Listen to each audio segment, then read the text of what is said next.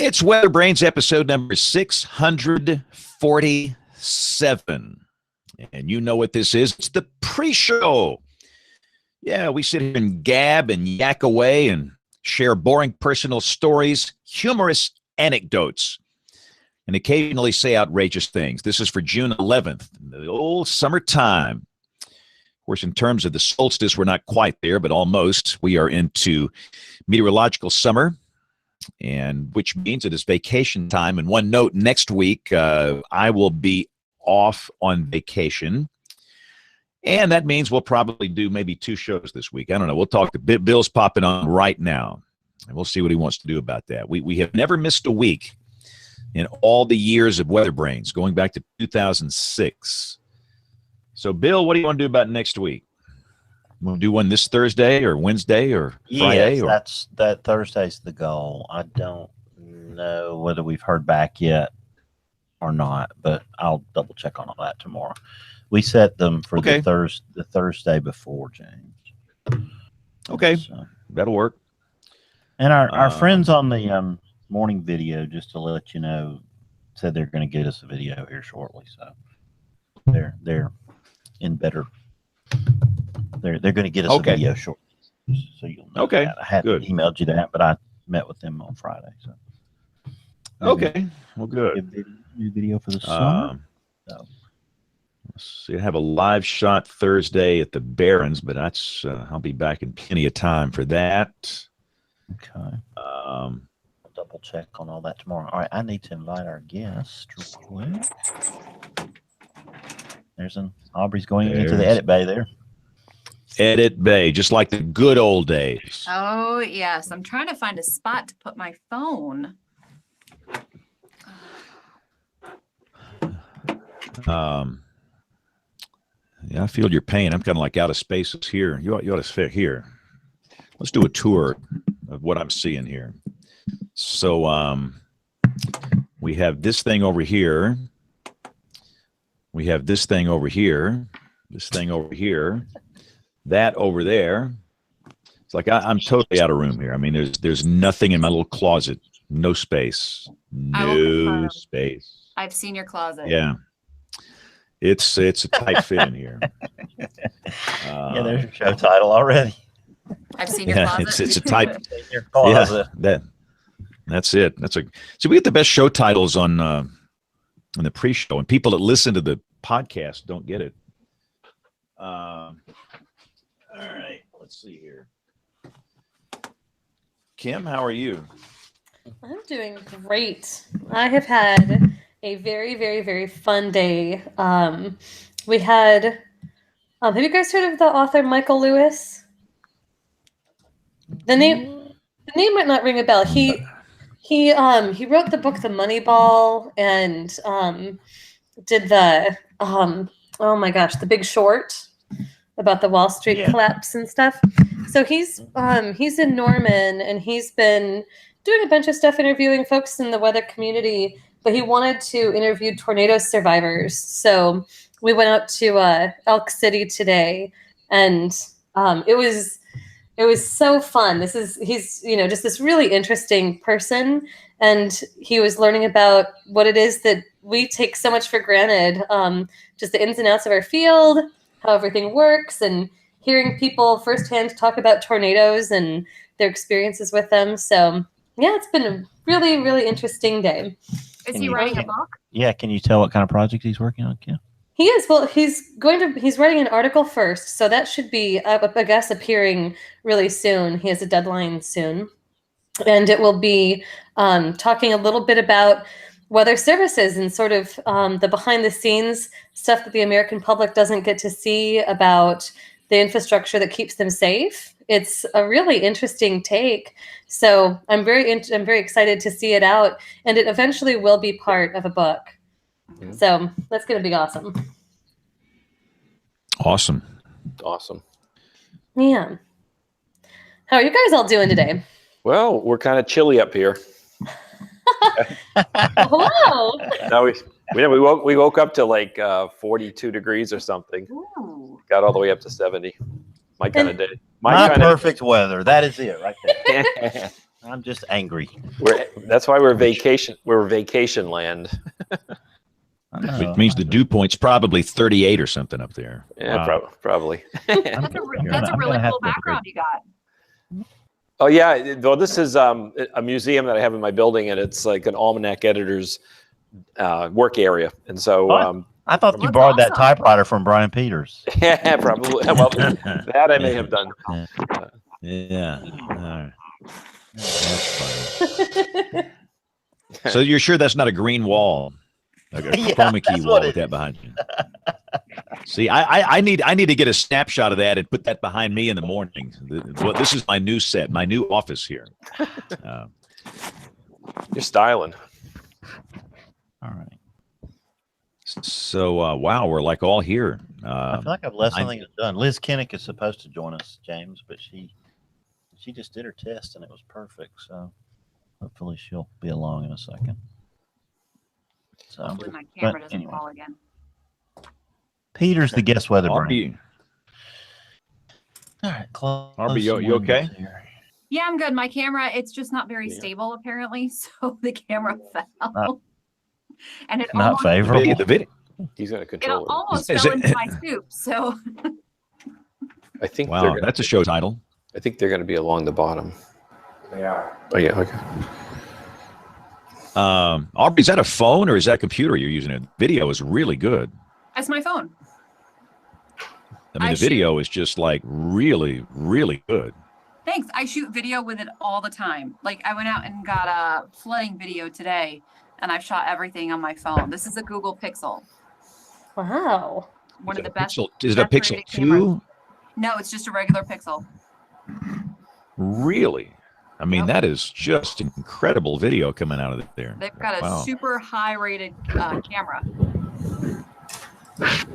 So the mic you're using, is that just the mic that's in the phone, or have you got a headset mic, or what I mic do you have actually there? don't have my snow hooked up to it, so I even forgot my headphones tonight. So this is actually just the phone mic. Does it sound okay? Yeah, no, sounds great. Good deal. Okay. Now those Pixel phones are, they're about to come out with the Pixel 3 Are they really? this fall. Yes. So that's the one I would buy if I was on the Android side. I like the pure Android from Google. Not, when you buy those Samsung phones, you get all that add-on stuff and stuff that you don't want. It's like, it just Yeah. So yeah, and again, for those that are just joining us on the pre-show side watching, we're going to be doing 2 shows this week, probably Thursday, because next week there'll be no Monday night show because of vacation. Guess where I'm going? Maine, Nowhere. Boston. Boston, Denver. Boston. Denver. Yeah. Oh, Denver. Okay.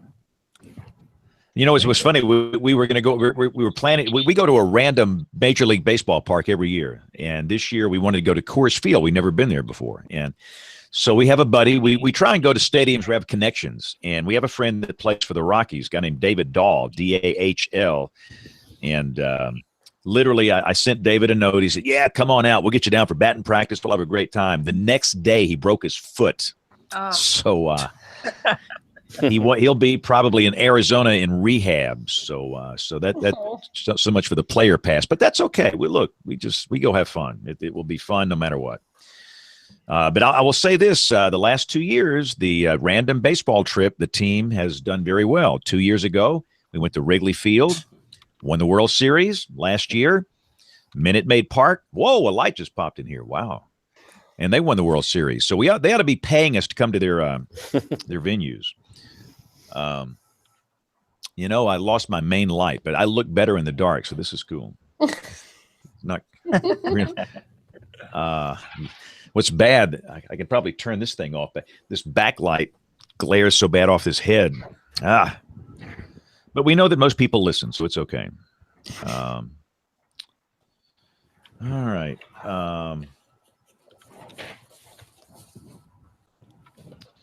Be sure I got my act together here. Hey, Peter. Yes. Yes. Can you hear you? You can hear us. You can hear us, right? Oh, yeah, you're good. It's very good. Sure. So, who are all the characters? Okay, good. Who are all the characters on the screen? Oh boy, you've got a cast of characters here. So we have Aubrey, who is in Virginia. Okay. Bill, who is in Alabama. Yes. Kim, who is in Oklahoma. Yes. James here, who is in Alabama. Okay. And we might have a few add-ons here. Being summer, a lot of our regulars are on vacation, but we're harmless. We're totally harmless. Don't listen to anything you've heard about us, please. So who's running the show? By the way, I mean, who's in charge of this thing? Is it Bill or you? Yeah, I'm the guy pressing the buttons, but Bill handles the interview segment. So gotcha. Okay. But we all tend to jump in, and sometimes we go totally off the rails. So yeah, that's the whole goal. We're on local television, so so you'll know that in fact we can't start this show until 30 after the hour. Okay. We join the TV hour, but this is Kevin who just came on. Kevin's in Texas. Okay. Howdy. And Kevin is he's our controversy. He'll ask the hard questions. Okay. So, all right. If he comes after you, you might want to just say, "Oh, I got technical issues. I can't hear you." Okay. Kevin, can you hear us? I can't hear Kevin. He can hear us. So we're okay. He's a technician. Peter, where'd you grow up? In Lewiston, Maine. Actually, I was born in New Jersey, and my father moved to Maine when I was about 3 years old. So literally, all of my life has been in Maine. Thank goodness. Wow. And I love the winters.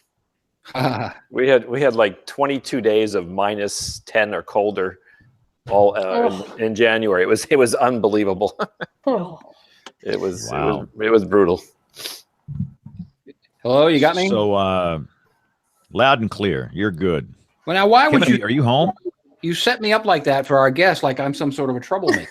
Well, what do you mean? I mean, you're the accelerant. You have a title on this show. You have a job to do. As we observed, not last week, but the week before, I don't know, 8 times out of 10, you're the one that starts it, and I end up getting in trouble for it.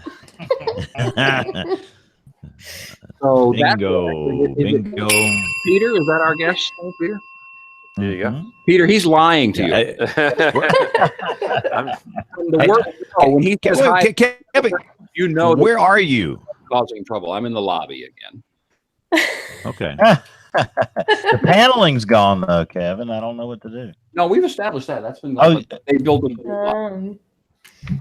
They built us a new lobby. What's wrong with James? James has different lighting. Had a light blow. Yeah, my light bulb just blew out. The main fill light here just popped. So I'm in the. I look so much better in the dark. Yeah. There's another show. Yeah. Did we write the first show title down, James? I forgot it already. I've seen your closet. Yeah, that's. Haven't started the show yet. You can't do that when you start the show. No, we need the show title to come from the show. I know. That's true. Brian always does that. He never take a pre-show title. He does. Brian does that all the time. He takes a title from the pre-show, and 98% of the people are left going, "What? What are that?" That's why. That's the only reason you listen to find out. That's right. I listened to this stinking show for 2 hours. Never heard the show title mentioned. It's a scam. That's right. We've been doing this for 13 years, and we've finally established that has to happen, and it took us 13 years to do it. Yeah, I never knew that. Hey, James, will you invite Liz? I'm always struggling to get the guests on at this point. I never hear what happens in the pre-show. Let us welcome our television viewers watching on the TV side. I sometimes it's Monday night, ladies and gentlemen. It is Monday night, and this is WeatherBrains. We're going to start the show here in a matter of mementos. So thanks for joining us. I think the radar has gone fairly quiet. We've had some very busy convective days where we are here. I've not even checked the radar here lately. Yeah, it's a lot quieter. One storm coming into Blount County there, weakening. Hey, Aubrey, did you determine your schedule on the 24th? I have actually not gotten a itinerary. But I do know I get in, I think at 6. The other girl gets in around 6:30. On Sunday night? Sunday night, yeah. Kind of late. Okay. I was going to come up there on Sunday, and I was going to convince Kim and Rick to go to dinner with us. Oh. That would be really fun. Well, it would have to be late if she's not getting in until 6 or 6:30. Are you at all interested in that, Kim? Nice. Keep it down. Yeah. I'd definitely be interested. I'm not sure I actually could do a little bit earlier than that because I actually have a baby shower I need to be attending a little earlier than that. Okay. But if you guys want to crash my baby shower, that'd be great.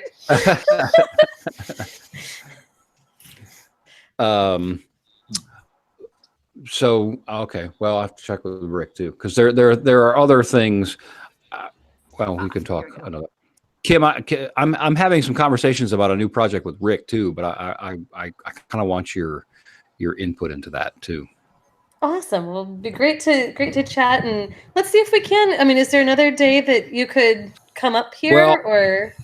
Yeah, I might come up there for lunch one day if you guys want to do that. I have to talk. I'm having a conversation with Laura on Thursday that will set a little bit of a course, and then after that, I need to talk to Rick. But I think you need to be involved in that too.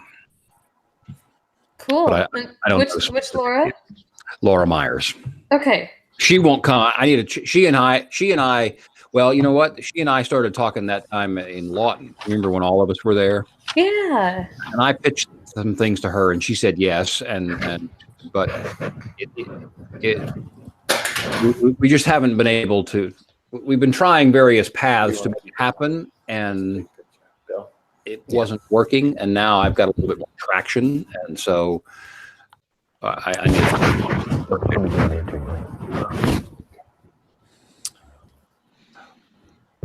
But with that cryptic description, then in the next week or so, Kim, a note may come that said, "Hey, do you want to have lunch on a given day with me and Rick?" And that's what that means. Okay, sounds awesome. Sounds awesome. But I have to see Aubrey because Aubrey and Kim, have you guys met in real life? Mm-mm. No. No. Okay. Well. Yeah. Aubrey's the only one left for me, but yeah.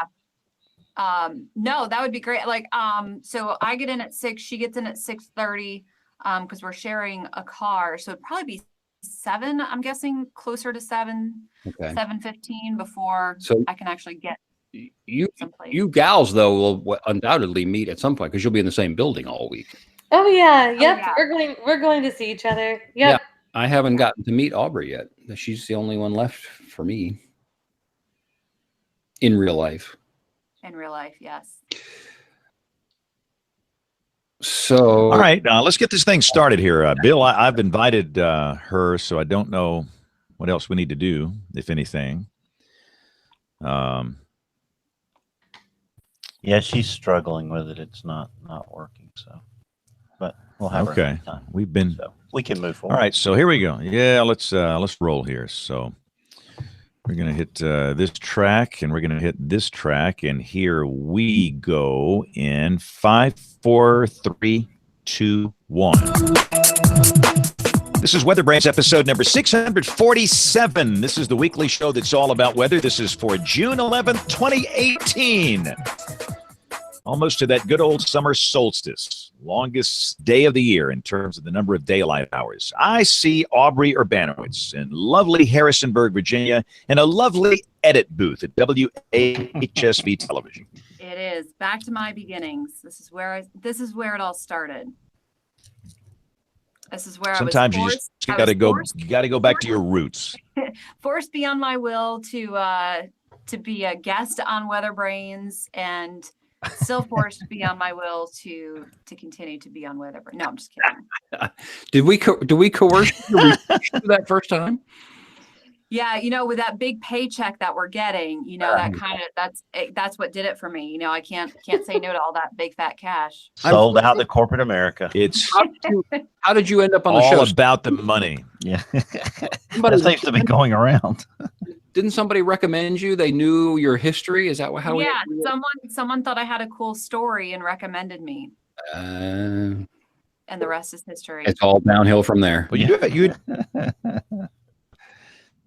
So I'm trying to think. How did you get the email job? How did this happen? I think because that's when we've been doing this like 12 years. Kevin went on a rant and took a hiatus. Yeah. And I think I wanted to, show that, I can, help out and do all this stuff, and had a lot of time back then. And I was like, I'll take over. Yeah. No, I was doing that job, and at the time I was 7 feet tall and 25 years old. And by the end of 2 years doing that job, I was 4.5 feet tall and 72 years old. Wow. So, Kevin, other than this show, how's your life going? Good. I'm really excited for our guest because I'm going to tell this story. This was years ago when I was in Richmond. And there was one day I came into the office, and it was the day that the Farmer's Almanac had come out. And I was scheduled to go and do a live shot that day. And so I was on my way out the door, and I picked up the Farmer's Almanac, and I went and did the live shot. And just as a gag at the end of it, I held up the Farmer's Almanac, and I said, and the Farmer's Almanac came out today. And just joking around, I sort of tossed it over my shoulder like, well, I don't need that. And the people that I heard from, I have never forgotten. And so I'm thrilled for our guest because he obviously has a wonderful product, but they have built a tribe around that product. And so I'm anxious to learn how they do that and how they serve their tribe. So I'm a little intimidated, but I'm anxious to hear from him. Awesome. All right. So we may have to unmute him, James, or we may have to make him unmute himself. Can you do that, James, or does he have to do it? Yeah, Peter, you'll have to unmute yourself. There's a little. I don't know if Peter can actually do that easily. It's like he's not in front of a computer. He's got a technical guy. That's what I need. I need some guy who can just point at. There you go. He's got a production assistant. Yes, He's I holding do. something up, yeah. Okay, I have to hold this up. Can you see this piece? This is a weather. And remember, I was say, Peter, a lot of people listen, so be kind of descriptive here. Okay, well, this is a weatherman who's actually holding up the almanac, and all of a sudden the camera goes on, and he says, "Whoops, hi there, whoops." So he's actually referring to the almanac. There's a lot of cartoons that just make fun of it. I mean, it's not like I'm not really in competition with the local weather guy.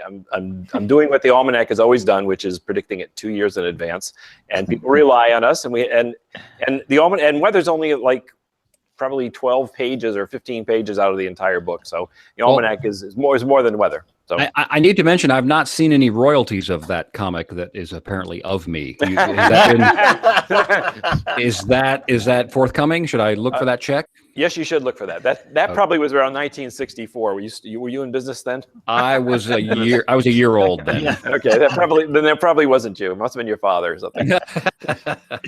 Yeah. Anyway, so we have fun with the weather, and I know. And you do too. Yeah, we're going to bring Peter in here just a second. Kim Kloko is on the show. Kim, you are. When is your due date? When do we need to prepare for this big event? Yeah, I will be missing sometime between August and September. The due date is September 12th. So, Hey. Oh, that's right. The hurricane baby. It's gonna be a hurricane baby. The anniversary of Hurricane Frederick. Oh, You is gotta that name really? You got to name him. Climatological peak of the hurricane season. Wow. Yeah. Oh, wow. Yep. It's going to be fun. Canyonlands National Park was established in 1964, according to the Farmer's Almanac. Oh, things you never knew.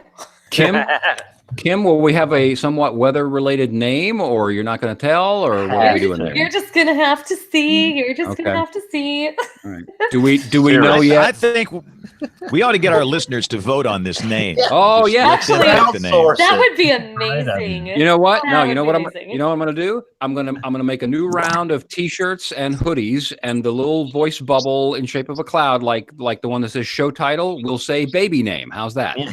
Yes.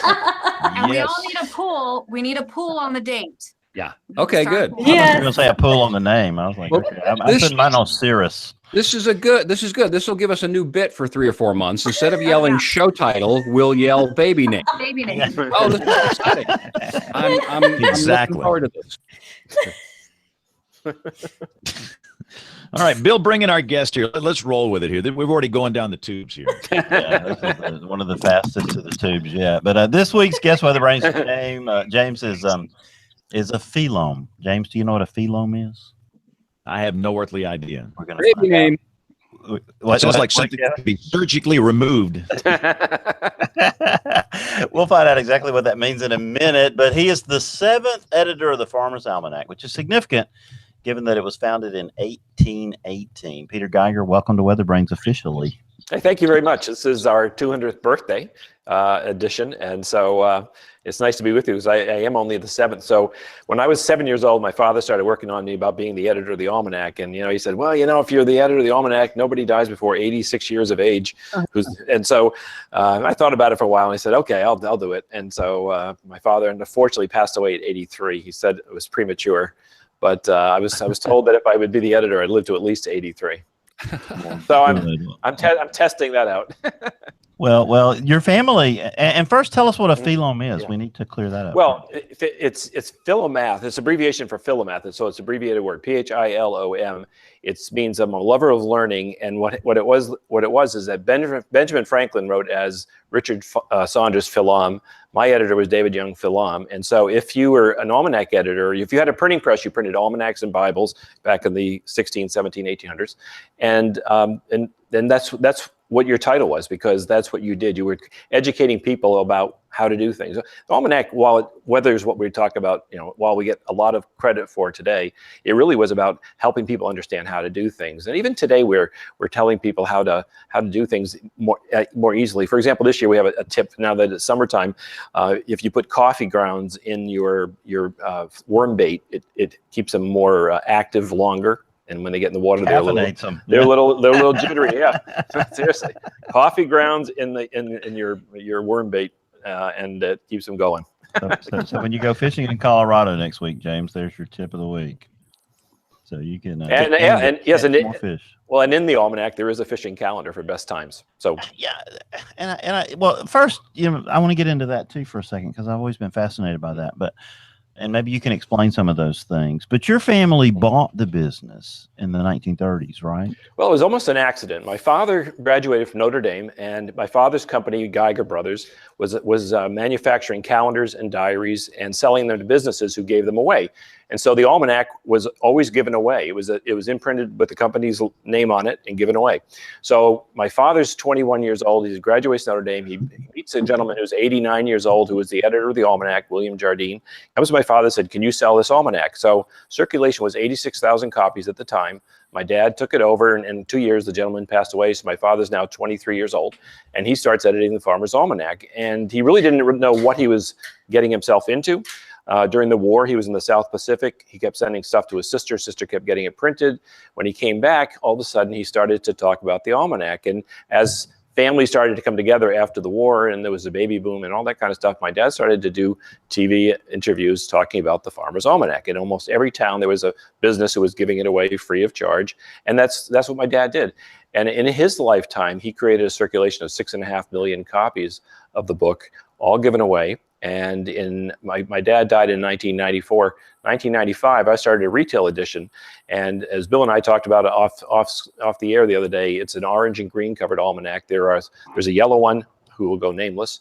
And then there's 2 or 3 other smaller ones.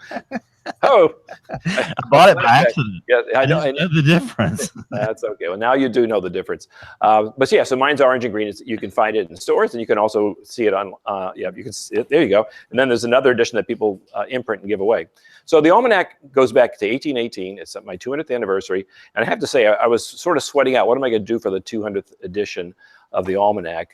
Actually, last year was the 200th edition. This is the 200th birthday, so my 201st edition. So what I did is I read all the almanacs in the past. I took clippings, and in the back of this year's almanac and last year's almanac, you'll find all kinds of little tidbits from the 1800s and early 1900s. So the almanac is what it was, and it even has changed over the years. And I think you'll see that the almanac is really about how to do things well, how to recycle things. And we have a story about not throwing away food and trying to be conserve things that we need to conserve. And while a lot of people say to me, my grandparents read the almanac, well, I find that grandparents read it when they were young people, and it's really for, I think, the millennials, because I think they're going to be the ones who don't want to discard things, don't want to poison things, and so the almanac talks about how to do things and do it. I think with kind of a dependency of yourself. I mean, being self-sufficient as opposed to having to buy something and then pollute the earth. So how have your demographics changed over the years? Because that's interesting. Well, I would think of it as an older product, something I would enjoy or that I saw my grandparents enjoy. Sort of like baseball. Yeah. Baseball's evolved over Yep. We kind of we've seemed to have lost that affinity for, sitting and paying close attention. How's the internet changed your demographic? Well, that's two different questions. I think the readership is probably mostly female, 35 to 55. But I would say that when I first took it over, it was probably more like 60 to 70. The internet is another different group. We have 1.2 million Facebook likes. We have Pinterest, Twitter, and what's nice about that is it brings in people from all over the world to make comments about things. I just had a contest in last year's almanac I think it was a spinach contest. On this year's almanac, it was a garlic contest, and I probably had 25 recipes from Japan, from Nigeria, from places I'd never even thought of, and wasn't really able to put them in the contest because it was an American thing. So I had an email from a guy in St. Petersburg, Russia, and we'd had a contest on apple pies, and so he wanted us to be making an apple pie for his wife based on the recipe that was on the internet, and he wanted to know what shortening was, and we kind of went back and forth and figured out what it was or how he could get it. And he made an apple pie for his wife. So it's really cool to think that somebody in Russia or somebody in Japan or somebody in Nigeria is actually looking at the Farmer's Almanac website. So it's really expanded my reach. And plus, it's put a lot more pressure on me. At one time, it was a 48-page book, and all I had to do was put out 48 pages, of which 12 of them were calendar pages and weather. Now I have to have a newsletter every Wednesday, which is free of charge. I've got to update my website every week. You're constantly being challenged to have more and more material, and that's what really makes the almanac fun. So my staff has gotten larger, not huge, but larger, and we're constantly out there trying to interest people. For example, today was National, I think, Corn on the Cob Day. Well, 2 years ago, we put a story in a page on the almanac that talked about, do you boil the water and then put a vegetable in it, or you put a vegetable in it and then boil the water? Well, it turns out if it's above ground crop like corn on the cob, you boil the water, then put it in. If it's below ground crop like potatoes, you put it in and then you boil the water. Well, that one little slide, which was somewhat nebulous, had 14.5 million hits in 2 days.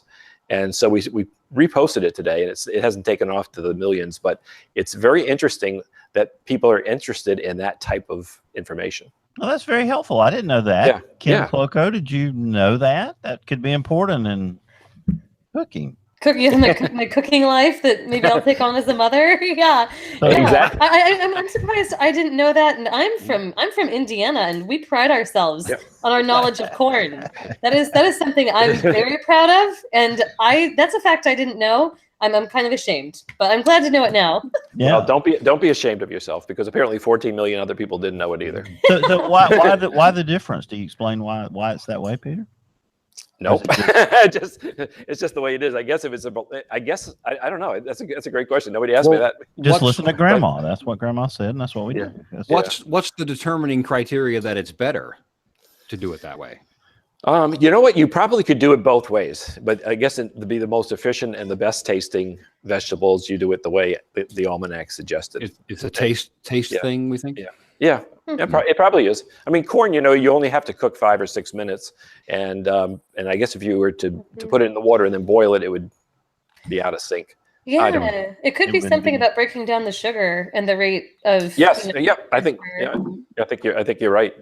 We also, by the way, throw lobsters in the water too. We boil the water first. And you would know. I definitely know lobster because you've got a few lobsters there. So absolutely. If it started in 1818, what effect did the Year Without a Summer in 1816. Had no effect. It had no effect on me, that's for sure. But did it have was it part of the reason why the almanac happened? No. My almanac editor, David Young, was publishing 5 different almanacs. You almost have to look at almanacs like magazines. Some were medicinal because there weren't any doctors, and so the almanac was giving out, medicine.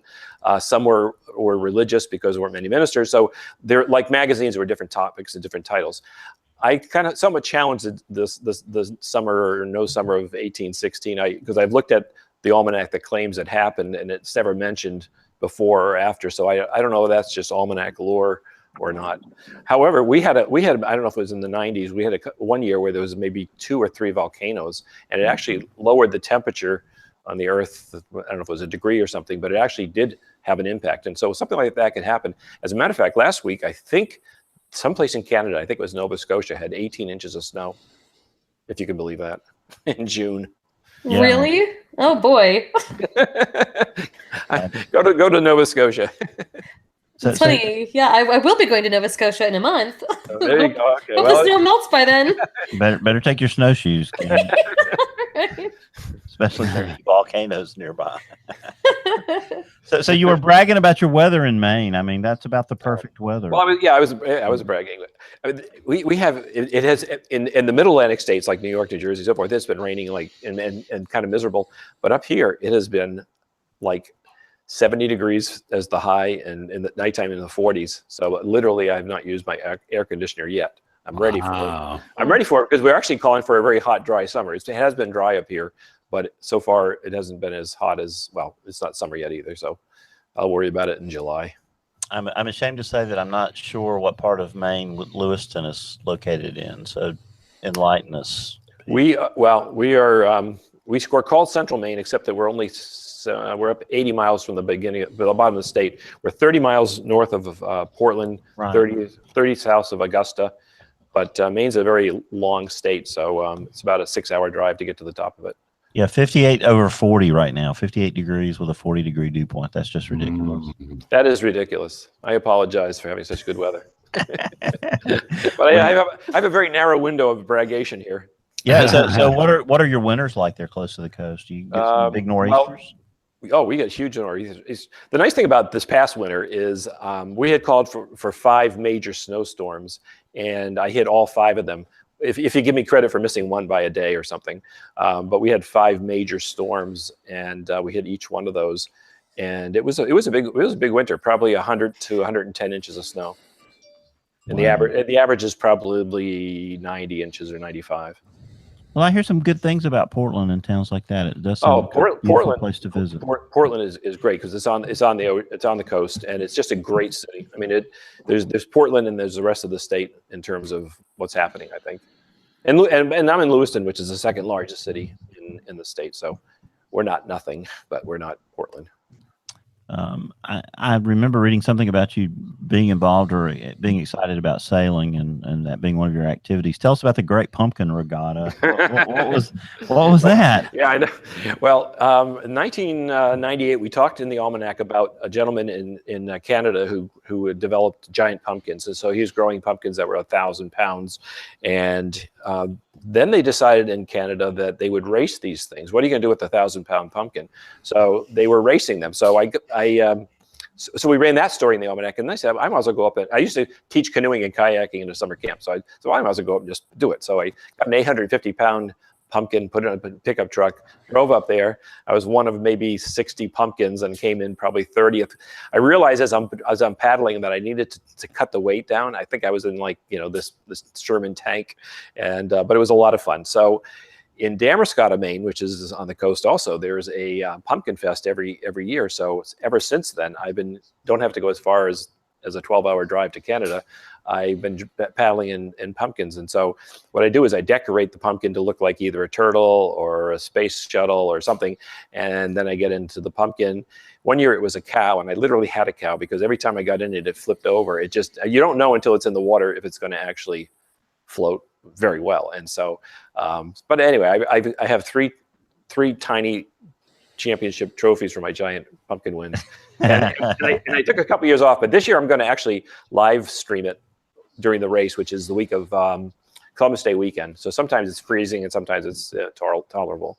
Yeah, it could be chilly by mid-October. And that time. So your dad buys this business, and he suddenly he appoints himself editor, I suppose, right? Yeah, that's a great point.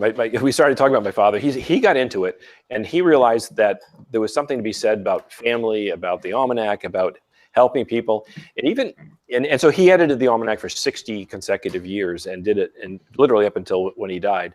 And as I was reading the mail, and back in the 60s and 70s, we would get 100 to 200,000 letters a year. And I would be reading from people that were saying, wow, I just want to let you know how much I've enjoyed the almanac. It means so much to me. And I'm here, I'm in my 20s thinking, do I really want to do this? And I realized how the almanac really touches a population. And so I got into it. And when my father passed away, my writer at Geiger, Sandy Duncan, became my managing editor. And Sandy's is very, very, very sharp, very, very creative, and a great writer. And she's the managing editor, and I'm the editor. But the two of us have been doing it now since 1995. I started doing it in 79, so I gave you a lot of dates that don't mean anything, except that it's been going on for a long time, and I think it'll continue. As a matter of fact, this year on my father's birthday, which was September 18th, because it's the 200th birthday, we decided to bury a time capsule, and we put in it. We asked our million Facebook followers what we should put in it. So we have an iPad, iPhone, postage stamps, coins, and a Twinkie, things like that. And then one of my friends, Chris Pomelo, who's here as my technical director, his son gave me some spinners, those little spinner things, and he's 10 years old. So we interviewed him, and he's going to come back when he's 35 to open this thing in 2042. But there's so much to be said for capturing what happens in a given year, and then looking back at it in 25 years. We're going to look at this stuff and say, oh my God, how prehistoric is this? Yeah, wait till that Twinkie comes out of there. That's going to be a real. That'll still be fresh. Yeah, probably just like it looks today. Yeah. So he bought it in 1930. He became the editor in the 1935 edition. It was 33. He met the gentleman, his predecessor. 35, he became the editor. He never owned the publication until 1948 when he married my mother, because she had enough money to buy it. But no, seriously, he married her, and then they bought the rights to the almanac. So it's just the Almanac Publishing Company. And then he decided he was in downtown Newark, and things weren't really good in Newark, and he wanted to go somewhere else with the almanac. Felt it should be New England, so he moved the family to Lewiston, Maine, back in 1955. And we have really thrived up here. There's the Farmer's Almanac, and then there's Geiger Brothers, which is a promotional products company that deals in logoed merchandise, and I have 500 salesmen around the country that sell the product and sell the almanac as well. That's pretty cool. So how have you seen the almanac change over time? Well, it's a great question to ask me now, because I've read all the editions starting with the 1818, 1819 issue, the first one. And so as I was reading through all the editions, you could see how things changed. I mean, in the early years, it was not that interesting, and not interesting by our standards. Probably not until the 1850s, when all of a sudden you're starting getting some saged advice about how to be a good parent and how to be a good child and things like that. And then as you got to the latter part of the 1800s, it became very agricultural. It continued to be agricultural. It was not until 1934 when we started mentioning lawns instead of farms. And I think in the 40s and the 50s, we started talking about conserving things, like putting a brick in a toilet tank, which sounds kind of dumb now because toilets are smaller. But when they had a lot of water in them, you put the brick in the back of the toilet tank, it displaced some of the water and you use less water. So in the early days, we were giving people advice on how to conserve. And then if you go to, let's say, the late 90s, early 2000s, when we had kind of recessions and things, we were talking about how to do things for yourself and save money. And now the whole emphasis is on how to conserve and how to be good stewards of the earth, and how to not have to buy a can of everything. If you have vinegar and you have let's say vinegar and baking soda and 2 or 3 other things, you can literally do everything you need to do for yourself, and you don't have to have a can of everything for every certain need. So it's all in the almanac. And let me just mention my website, which is farmersalmanac.com. So I know a lot of your listeners will go to that website, and you can sign up at no cost, and you get a free newsletter on Wednesdays if you sign up. and then we want you people to be interactive with us. We want to hear from people. We want to understand what their issues are. In the almanac last year, I did a story about how farming changed, how it physically changed, and then this year's almanac, I did a story on how farmers changed, and we selected 3 people who typified farming, and there were 3 very interesting stories, and we worked with the American Farm Bureau to come up with these people, and but it's nice. I had told you last week that we had I think one of my favorite things we did is had a worst wedding weather contest, and we're a bride's best friend. I get calls all the time about what the weather's going to be on a given day for a bride, and so we decided let's have a contest. So we had 500 people submit their stories, and we ended up putting the best 10 that we thought were the best 10. Then we voted online, and we selected the 3 winners. And the first prize winner got a cruise on Royal Caribbean, and then so forth. The problem was, and then I was on the Today Show, but the problem was I didn't have a lot of video to show, and I think the Today Show was looking for video of the disaster, and the fact of the matter is one of them had a tornado tear through the church, and the bridesmaids were all nurses and they're doing triage. Another one had a hurricane that blew the roof off. Another one had an ice storm and nobody could get inside the church because it was all frozen. And in most cases, the photographer didn't arrive. So I thought they were great stories, and they were great stories. We just couldn't prove it. So I was talking to Sandy, and I think probably in the 2020 edition, we'll probably do it again, but do it for weddings of the past 15 years, because everybody has a camera now, and it would be at least more visually exciting. Did any of them blame you for not forecasting the weather right in the almanac for their wedding day? Never. I've never had that. No, I've actually, no, the whole wedding thing is so much fun, because people will sometimes they'll call me like 4 different times. I'm saying, well, I don't change the weather. I mean, it's done 2 years in advance, and what it is what it is. And I had this one lady up in Minnesota who declared me St. Peter because it rained the day before and it rained the day after, but I cleared for that one day. And I had, up until one time, I'd never been to a wedding where it actually rained. I have one of my good friends and good employees who lives 20 miles from Lewiston, and it's pouring buckets, and I promised a good day, and he's having an outdoor deal. And I get to this 20 miles away situation, clear skies. I couldn't take a picture of the sky. There wasn't a cloud in it. I mean, I couldn't even get it to click. And it stayed that way until the whole thing was over, and then it rained at nighttime. So either I have this amazing power if I'm invited to your wedding, or I'm just lucky, or I'm pretty good, actually. And you don't tell them that even a blind squirrel gets a nut every once in a while. I'll tell you, I do well with the brides. I like to think I do anyway. There you go. So who is Caleb Weatherby? That's that's an interesting question, because there have been only 7 people that have been the prognosticators over the years, and David Young was the first one, and he did it when he first started the almanac. It was for farmers, and he wanted to be able to tell them what the weather was going to be. So he came up with a formula that is a mathematical formula that's applied to sunspot activity, planet positions, the effect that the moon has on the Earth. And that allowed him to come up with the weather. And so in the very first years of the almanac, it was a couple of words, and it was probably only distributed in New Jersey because that's where it was started. But as the country grew and as the almanac grew, each of the prognosticators had to take the formula and then expand it.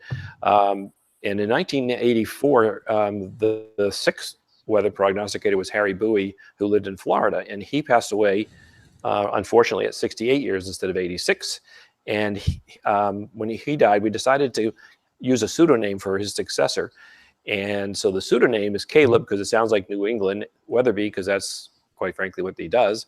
And so here he's been doing it since 1985 and is still doing it, and is doing it quite well. And I think we overall, people feel that we're doing a good job, but I'm not in competition with all the local guys and gals. I'm not saying it's going to start snowing at 2 in the morning, but I might say big snowstorm. I'll say it'd be hot and sticky or whatever. So, I mean, it's pretty easy for me to say it'd be hot and sticky in Birmingham, don't you think? Yeah, there you go. That's what that will work. That's not a hard forecast, but well, I got off the airplane once in Kansas City for a wedding on August 2nd, and I get off the plane, and the reporter says, "What'd you predict?" And I said, "Hot and humid." He says, "It's always hot and humid." I said, "Well, what do you want me to predict?" And but then I said, "However, it's going to get cooler and less humid in the next couple of days." And sure enough, it got cooler, and it was actually quite a nice day for the wedding. And then I shot back to Maine, and that was that. But yeah, I mean, so the fact is, what am I supposed to predict? So But it is, yeah, but it is Caleb who does the predictions, and he does it 2 years in advance. He uses basically the same formula that was developed, but I think each of the 7 people or 6 successors have had to do it in whatever way makes it comfortable for them. But we're also expanding now over all of the United States, all of Canada. So it's not just New Jersey that we're doing it for. So he gathers all these sources, the planetary alignments and the sunspots, and and all those are tied to analogs. You know, we need some secret sauce here, Peter. What? There is no secret sauce in this building. James, we need secret sauce. Yeah, we're just talking between us girls here. Go for nobody it. Spill the watches beans. Hey, if anybody would spill the beans, it would have been my father, because he would spill the beans for anything. But the guy lip sync ships, the person, yes. But the fellow who does the weather does it, and while we have the formula, it's complicated, and you have to know what you're doing. So that's all is the formula. It's not in any way publicly available. Does it pass from editor to editor in a book, like, you know, the book, what was the book from the Nick Cage movie, that the book of President? Yeah. Is that how it happens? It passes from the prognosticator to the prognosticator, but it's only had to happen 6 times. As a matter of fact, almost all the almanacs died when their editors died. I mean, it just, you had a printing press, you printed an almanac, and there were literally hundreds and hundreds of different titles, and I know sometimes people can't get their head around the fact there's more than one almanac, but there were literally hundreds of almanacs, and usually when the editor died, so did the publication. In the case of David Young, somebody came along who knew it, went to the widow, got the information, and then continued it, and it just so happens passed between he and his son and his son's son, and then William Jardine, and then finally my father to myself. So it's amazing, I think, that a publication can last 200 years and I think still be relevant. And I think a lot of people don't understand how relevant the Farmer's Almanac really is. I mean, the weather is one thing, and quite frankly, when I'm asked about the weather for the winter, you want to have a 2-word answer. It's not like I can go on for 5 minutes. Although we do have, in the book itself, we have the map of what the winter and the summer are going to be in different parts of the country. Can you share? Somebody came up with the first formula, and you said briefly a minute ago that it was sunspot cycles and a couple of other things. Can you flesh that out a little bit? What are they? And is there any telling of how the formula first came to be the first time? Does that make sense? Yes and no. Okay. Yes, in some order. Yes, it makes sense, but no, I can't tell you much about it because I don't have a lot of data from the very first, the first editor, and there wasn't like troves of books. The formula, the successor knew how to do it, and he picked up on the formula and hit it, but it wasn't like documentation about all of this kind of stuff. It's not like it is today. I mean, actually, in my museum here, I have a few documents that I have under display that are some writings from like 1847 and so forth. But as far as the weather and the formula, it's part of what we do. If you want to know what the weather is going to be, if you're going to get married, let's say in November, December, whatever, where are you going to go for that? And I think we have a decent track record. Some people tell us we're 85% accurate. Sometimes it's 75% accurate. When I was in college, the weatherman on a Philadelphia station kept track of us and him for 3 months, and at the end of 3 months, he was 78% right. We were 76% right, and his was the day before, and ours was in the book. So, maybe we're just darn lucky, but lucky good, I think. So, what are the pieces you can tell us? You kind of breezed past them. At one point, you said sunspot cycles. Well, it's the math. It's the formula that was developed by David Young: sunspot activity, planet positions, and the effect that the moon has on the Earth. And that's the components. But I can't tell you much more than that. Right. If I do, I would be shot. Understood. By yourself. By Sandy Duncan. She would shoot me. So. And the difference between the Farmer's Almanac and the old Farmer's Almanac. Well, I prefer not to use their name. However, that's okay. I used it.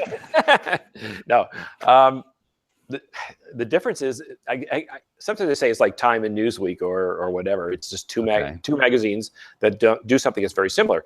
We were founded about the same time, and probably doing very similar kinds of things. As I said before, there was hundreds of different almanacs. There was even a Maine Farmer's Almanac that ran from 1830 to 19 something. So you have to read both of them, I guess, to decide how are they different. I think we're more accurate with our weather. I think that we have a very engaging relationship with our readers, particularly online and through the website. I mean, I'm sure they do a good job too, and I don't take anything away from them because they've been around for 200 plus years. I think it's kind of fun to have two different publications that kind of tease people because, oh my God, how can you be two different almanacs? Well, guess what? There were more than two at one time, and there probably are 6 or 7 almanacs out there right now. Are there any similarities between the weather products or the origins and the history of the weather products? No, I don't think so. They've changed what they say and how they say they do it, and I don't know. I know how we do it, and I think we've been pretty consistent over the 200 years. With them, I'm not sure. They kind of spell different stories about how they do it. So I'm really interested. It sounds like the formula that you've had is fairly consistent over all that time. Yep. Clearly, there have been notable scientific advances and observations of the Earth system since then. Are you mainly using the same kinds of variables, but you're sort of tweaking the understanding, or have you included new suites of variables in that time? Have you adopted any of the new science into that secret sauce? I would say, since I'm not the one doing the weather, putting it together, that I probably can't answer that question for you, even though I know you'd love for me to answer it with the secret sauce thing. But we're all very interested in those 12 pages. Yes. Well, you just keep reading those 12 pages, and when you're going on vacation, be sure that you plan according to it. If you're getting married or anything else like that, there are times that we've been very successful. I mean, we had hit Hurricane Andrew back in Florida way back. We hit Katrina. And the funny thing about Katrina, but when Katrina was hitting, I was supposed to be on the Today Show that day, and they said, "Well, we're going to cover this hurricane, and we'll call you tomorrow." And then they said, "Well, we're still covering this thing, so we'll call you tomorrow." And then we never called me, and so I called them back and said, "There's going to be another hurricane, exactly the same place, in a month from now," and that was Hurricane Rita. Now, Rita didn't get the same credit; it was almost as big a storm, but we had called for actually both of those hurricanes. On the negative side, I didn't call for Sandy, for example, which hit New Jersey, and that was pretty devastating. But I'm not going to get them all. And as you know, with hurricanes, they come and they can go, and they can spittle around for 3 weeks, or they can come real fast. And I think now we're starting to watch these things when they first come off of Africa. We're naming them, and we're getting all excited about them. But in reality, there are not that many hurricanes that hit the coast, hit the United States. And quite frankly, none of them hit Maine. If they ever do, they're so pooped out that they just go away. Right. So the predictions that you're making for hurricanes include the landfall, and relative timing, something like that? Yes. Yeah. It will usually say the Atlantic coast, or it'll say the Gulf Coast. I think this year we only talk about one hurricane, and that one is, I think, the third week of August, and it was going to be the Gulf Coast states. Yeah. Hurricane threat for the Texas Gulf Coast, 22 to 23rd. Yeah, and that's the only one we talk about. It doesn't mean that there aren't going to be hurricanes, but that's the only one that we talk about. And maybe there'll be more that hit the country, and maybe because, as you know, a lot of times people get hyped up about these things and then they just never happen. So that's the only one that we talk about. Last year we talked about, I think, 2 or 3 of them. And last year was a busy year. So yeah, and I want to get back to the one thing that we said in our book last year was that there would be 5. We try to red flag the big storms, particularly on the East Coast, because they're so, I don't say predictable, but they became very topical because they hit the big populations. And we had 5 of them last year in our forecast, and we hit all 5 of them. I think one of them was maybe 2 days off, but given the fact it was done 2 years in advance, I'll take credit for it anyway. So how often do you update your data, like the frost and average dates like that? Because that changes. Yeah, it changes, but it doesn't change. I mean, it's probably factored over 50 or 55 years. So it's not like it's going to change dramatically over 1 or 2 years. But it's updated probably about every 5 years. And we use data that's available to us from the National Weather Service, or NOAA. And you do some zone forecasting like for the seasons, Right. Peter. What's your forecast for the summer across the country right now? Well, for the most part, the only place that's going to be cooler than normal, I think, is going to be the northwestern part of the country. What we say, the Northeast being very warm and dry, below average precipitation. When you get into the Southeast, hot and humid, average precipitation. The mid-south west will be very warm. Average rainfall, plenty of thunderstorms. But it looks pretty hot in most places of the country. On the southwest, hot average precipitation. So I think that the Northeast will be the dry place.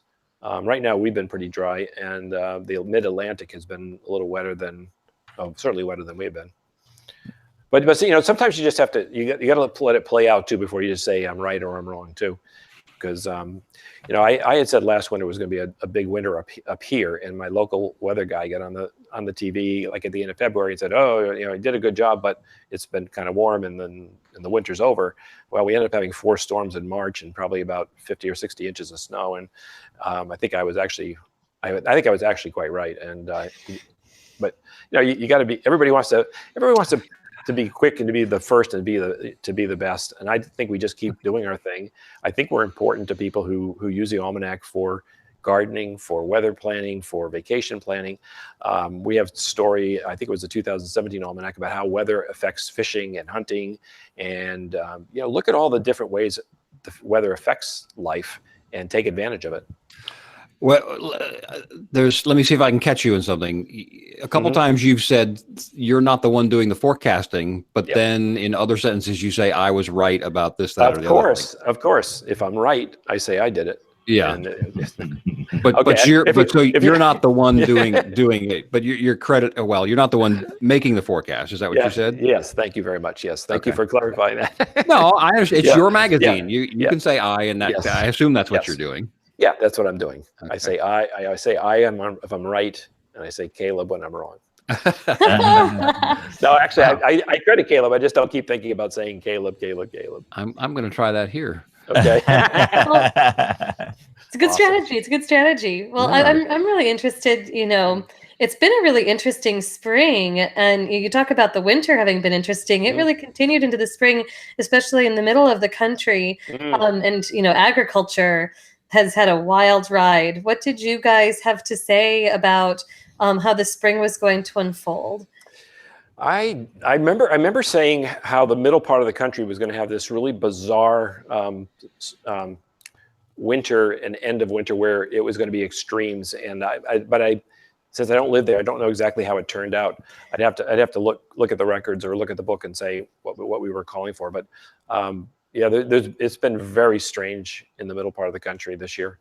Yeah, it's been one of those crazy years. I know we've been waiting to see if some of our agricultural products are going to make it even here in Oklahoma, since it was such a warm February. And then we had late freezes. We have a lot of peach orchards, and they started to blossom thinking it's spring, and then they all died. And so I know there are a lot of people who especially grow fruit trees where that's going to be part of the concern. So sometimes these kinds of forecasts that you guys are dealing with can be they're very, very sophisticated kinds of events that can in succession that can take place to affect the outcomes for especially agriculture. Oh, absolutely. And we do. I think people who are in agriculture use the almanac. I'll get calls sometimes from people who are planning on plowing for a city or a hospital or something to figure out, do I need to get more salt and sand or not? And I'm not jumping out there saying, oh yeah, it's going to be this or that. I can't say you're going to get 100 inches of snow here or there, but I can only say it's going to be a severe winter, a cold winter, or whatever kind of winter, and it's going to be more general. And yet I do break it down into zones because I don't believe the weather travels by states. I mean, weather goes over large geographies, and it isn't state related. And then we break it into 3-day segments and kind of move along from there. But if I look at my Memorial Day up in the Northeast, the weather people a week in advance were saying it was going to be rainy, wet Memorial Day, and we said it was going to be a sunny day, and so it ended up being it ended up being just the way I said it was going to be. Now, maybe I was just lucky that time, but the beauty of my forecast is that they're in print.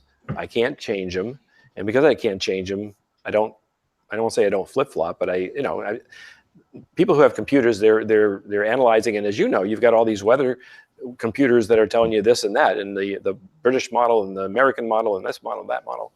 And somebody has to decide which model is going to be the right one and who's traditionally more accurate. We're doing it 2 years in advance. We put it in writing, and once we put it in writing, that's it. And I'm going to be wrong sometime, and I'm going to be right sometime. Just like everybody else. If nothing else, it makes us think about the weather, and it makes us think about what the typical conditions could be, and it keeps a hurricane in the back of our mind. Or as you predicted in early June, there were going to be dangerous days from Missouri to Iowa for tornadoes. And maybe that happened, or maybe it didn't, but it makes you think about it as you go into that season. And that's important. And we very often will run stories about being careful and driving in snowstorms, or tornadoes safety, or hurricane safety. I got a good friend, John Jensenius, who's with the National Weather Service, who's really big on hurricanes. On lightning and thunder and lightning safety. And over the years, we've gone from probably 90 on average deaths a year down to maybe 20 to 25 a year, because people are being much more aware of what to do when there's a storm coming, and maybe sports teams are taking greater care not to be on the fields before and after thunderstorms. So we spend a lot of time, and we have a lot of articles on our website and in the book that advise people on how to survive floods and tornadoes and things of that nature. I don't deal with volcanoes, however. How about El Nino, La Nina influence? Yeah, well, what's really interesting about that is, and once in a while, if anything really throws me off, it's going to be an El Nino. But sometimes, I forget, 3 or 4 years ago, there was going to be an El Nino. It was going to be really big and all that stuff, and then it never happened. And I had called for a cold winter, and that's what it was. And then the next time there was an El Nino, it made me wrong, because I was off, because it wasn't, I guess it was warmer, if you will. So those things come, I can't predict them 2 years in advance. So I just realized that if there's going to be an El Nino, and if it's going to be a severe one, then yes, it could impact my predictions to some degree. But just because they say it's an El Nino coming doesn't mean it's going to be an El Nino. So what would your explanation and or guess be about what's influencing the arrival or departure of an El Nino, or the other way around? If we're looking at sunspots and all the other things, that's part of the Earth environment system. Is there some other thing that is impacting or determining the El Nino?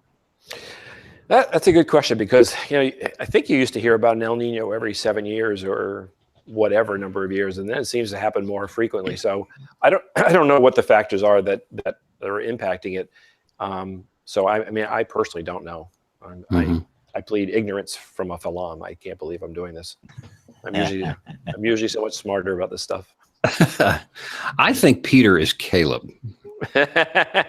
He has said "I" enough times that he's swung me over. There's another mystery there somewhere. You think I have a second face? There's something going on there that I'm not quite sure of.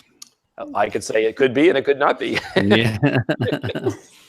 He is the prognosticator. Yes. There you go. I'm always fascinated by taking stock in Solomon tables, and I guess what you do is effectively that for fishing and hunting. And you referred to that a second ago. Yeah. Is there a proven link? Are these tables really successful in helping catch fish? It's interesting that you say that, because I hear from a lot of people saying that the calendar really works, and I fish sometimes. My buddy, who's my technician here, Chris Pomelo, sitting on the floor right now. His son, who's about 12 years old, is a master fisherman. So we're going to go out in my boat in the next week or two, and we're going to pick the dates that say, the best fishing dates, and we're going to test it out. We're going to videotape Luke pulling in fish and see if it works. We have some scientific data here, but people tell me, in fact, The one segment of my webpage that's decidedly younger, which is male 24 to 35, is the fishing and the hunting pages, and that's clearly like a younger crowd, and it's mostly male, but not only male. But they put a lot of stock in that, and I Yeah. mean, it's there's some people that are making a lot of money by using that, Yep. to convey that information to Mhm. to hunters folk and fisher folk. But what's the thing that it's tied to? Just the phases of the moon, and how is that related to what if? I think what we say in the book that it's impacted by the moon, and I don't have that right in front of me, and I don't have my reading glasses on to tell you, but I think it has something to do with the moon. We're always fascinated with weather folklore, and we had someone from Canada several weeks ago who was just fascinating, and we talked about hundreds of pieces of weather folklore, and that was interesting. Do you get into that in the almanac? Oh yeah, we have lots of the 20 signs of a hard winter, or particularly if you go to my website, farmersalmanac.com, I say I don't want to take credit, the Farmer's Almanac website, and you punch in anything like folklore, you'll get all kinds of things that you can look at and study. I have a lady in North Carolina who every fall will send me a persimmon seed. So if you cut a persimmon seed in half, it will either have the seed will have a shape of a spoon, a knife, or a fork, and that will tell you whether it's going to be bitter cold, mild, or snowy winter. A spoon, a knife, or a fork. And so she's a persimmon lady, and she always takes pictures, and we always paste it on our website. And so she's become somewhat famous by her persimmon seed forecast. But there's lots of forecasting things. But you also have to figure that people noticed what was going on around them, let's say in the 1800s or the 1700s, and they had to prepare for something. And they didn't have the meteorologists and the computers, so they had to make observations, and whether it was squirrels or acorn activity and those kinds of things, they had to look at it and say, okay, it's going to be a bad winter, or it's not going to be a bad winter. And that's what people did. And so that folklore is something we've had over the years, but we play it out in either in the book or on our website for people to enjoy. And people will, if you say, geez, how's the acorns this year? Well, people will respond and tell you what their situation is. It's sort of like the woodchuck, Phil, he pops out, they pull him out, you got all these cameras, he has to see a shadow, but he's in Pennsylvania, so he's not telling you what the weather's going to be for the entire country, and that's why you have all these other woodchucks all over the country who are replicating it. But I think the folklore is really interesting, and I think that all the weatherisms are a lot of fun to study. And again, I think people like to be outdoors. I think they like to see what's going on around them. And yes, it's nice to push a button or have an app that tells you what's happening. But I think people truly enjoy looking at what's around them and being on a lake or a stream or on a mountain or something like that, and really being engaged and understanding what they're looking at. And so we try to help in that area. Now the almanac shares best days to do certain things in certain months, and I think that's fascinating. The best day to buy a home, there are no good days in January. That's right. And no good days from August through December. Correct. So I'm sure a lot of realtors don't appreciate that. Hey, but if you know what days are good. Well, they're only, apparently by the almanac, there are only like 12 days in the entire year that you should buy a home. So that's kind of scary. Now it tells you the best days to get married. Those are Well, for forever we had when to castrate the bull and when I was going to bring that up, but James would have buzzed me. Well, that's the one everybody likes it, which I always say it's never a good day for the bull. But I was going to say you should share the almanac with these bulls, and they would be noticeably absent on those days. Well. A reporter said to me one time, well, isn't there anything more current than castrating bulls? And I said, well, let me think about that. And sure enough, there are formulas for just about everything: getting married, cutting your hair, planting posts in the ground, things like that. So we expanded our best calendars from just maybe 10 or 12 things, which were very traditional, to almost every kind of activity, including buying a house. So what makes for a good day to buy a house? Yeah, there you go. We need that secret sauce, don't we? What is that? Yeah, what kinds of factors weigh into that being a good kind of day? Oh my goodness! Let me get my Hard. Kim's I'm asking hard questions now. I'm just sorry. I'm just so curious to know. Did I do this right or wrong? Did I make it terrible? Don't go back and look. There's a bet. We bought a house in January, and apparently that's a bad idea. It says here, the best days listed are based on the phases of the moon and its position on the zodiac. So this is according to the zodiac, and you know that there's millions of people that are interested in that. So many people believe that if you do the task on the date that is listed, you'll have positive results. So this is really traditional. This was an almanac going way back in time. So but it's a zodiac moon kind of thing, and you can calculate everything from brewing beer to baking to jams and jellies and that kind of stuff. Well, I guess people want confirmation, or they like direction in their life. So those are Well, they do, and some people go to the horoscopes every day and want to see what the horoscope says, and that helps them live a better life. My mom used to read astrology magazines when I was a kid, and I used to want to throw them in East Lake because I thought they were so silly. But anyway, she believes firmly in them and made decisions based on it. But you still have the sunrise, sunset times, the moonrise, moonset times, and those were probably extremely important before we had this information at our fingertips. I'm sure farmers and folks that were concerned about such things found that information extremely important. Yes, and the early almanacs, I mean, I'm talking 1818 to maybe 1840 or 50, was pretty much statistical stuff like that, charts and graphs and sun rising and setting and all of that, because that was important to the farmers. It really was more like the mid 1800s when they started getting more kind of advice-y kind of things. Hold on one second, I got to bend down here. Sorry about that. In my 2017 edition, I have all kinds of really kind of cool advice for people. Let me see here. The Art of Kissing, for example, from 1896. You don't peck a woman on the forehead for the end of the nose or jerk her bonnet strings in haste to get through.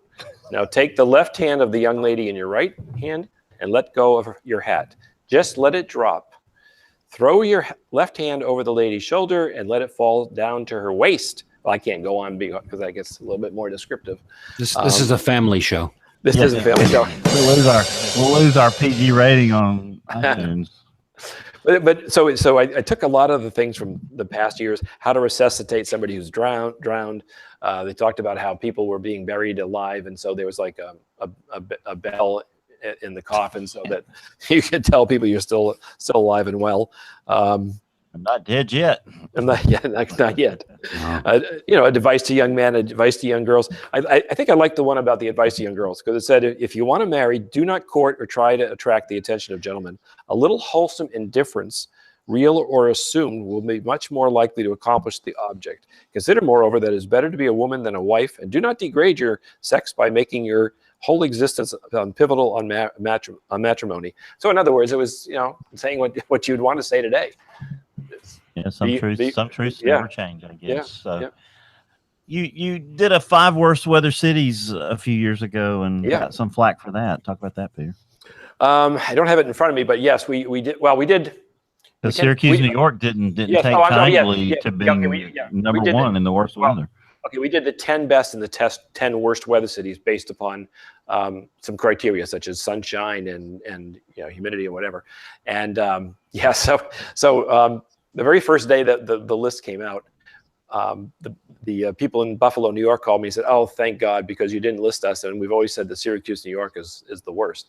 And so then Syracuse. You're talking to a bunch of people here who would love the weather in Syracuse, New York, because there would be a lot of lake effect snow. Yeah. Well, then Syracuse, New York calls me and says, "We object." And I said, "What do you object to?" Well, we should have been higher on the list. They were number 7. They thought they should be closer to being number 1. Oh, you want to be number 1 in the worst weather? I got it. Yeah, and now, number 10 worst was Hilo, Hawaii, because they get 250 or 300 inches of rain every year. It's a rainforest, essentially. So that was fun. And then we had the worst weather cities in terms of being wimps, and Washington D.C. was number 1 because they close down if it gets overcast. And so we have weather lists every so often. It's fun because people go, as you know, with any list, people kind of go not crazy on you, but they get excited about things. Well, Kim, you lived in Washington, D.C. for some period of time, and you know what it was like. The city probably does have its share of shutdowns, but there's some incredible traffic in Washington, D.C.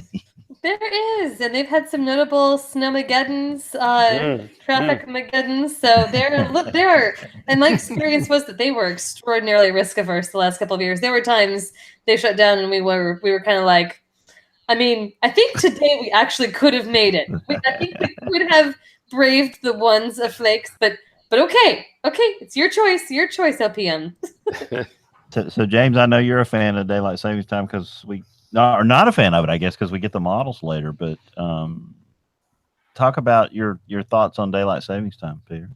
Well, I was going to say, I think people are just fed up with it. They just want it fixed one way or the other. That they're tired of the change. Let's do one or the other and just leave it that way. Well, for a number of years, we had sort of what I would call campaigns in the almanac, and one of them was daylight savings time because it was very controversial. And I think our solution was to change it by like a half an hour difference and just leave it at that point and not go the back and forth. Because I think the purpose of daylight savings time was obviously just to save energy and to, I guess people couldn't farm earlier in the morning or something like that. But at this point, it doesn't make any difference whatsoever. And I totally agree. I think people are just fed up with the whole idea of daylight savings time. We've also tried to do other things like change Thanksgiving from November to October. My premise on that one, and I kind of like that one. I was actually on CBS News on that one, is that your two most important traveling holidays for families are within 4 weeks of each other. Thanksgiving is not necessarily a day that celebrates any particular, historical day. It's actually an event. And if you did in the middle of October, it's easier to travel, blah, blah, blah. So we did that one. And then I think my favorite was when I was 13 years old, I used to go to the orthodontist and wait 3 hours in the doctor's office waiting to be taken. And so I had a patient's bill of rights, and we were promoting the fact that you should take our weight, don't make me wait, phone home. And if you keep me waiting 20 minutes or more 3 times or more, then I send you a bill. So people are getting all their bills to send to doctors who are keeping them waiting. And everybody can relate to waiting in a doctor's office. And there's reasons why you are sometimes, but in this day and age, you shouldn't have to.